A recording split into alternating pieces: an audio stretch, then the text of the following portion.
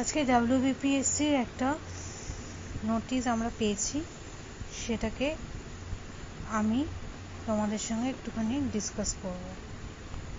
WBPSC ক্লার্কশিপের একটা exam আছে, যেটা পার্ট 1 পার্ট 2 নিয়ে পার্ট 3ও আছে সিলেকশন প্রসেসে, যেটার পরীক্ষা হবে হচ্ছে 16th and 17th নভেম্বর 2024। ঠিক আছে, স্যালারি হবে হচ্ছে 22,700 থেকে 58,500। আর এটা objective type, conventional type, typing test, এই সমস্ত কিছু হবে।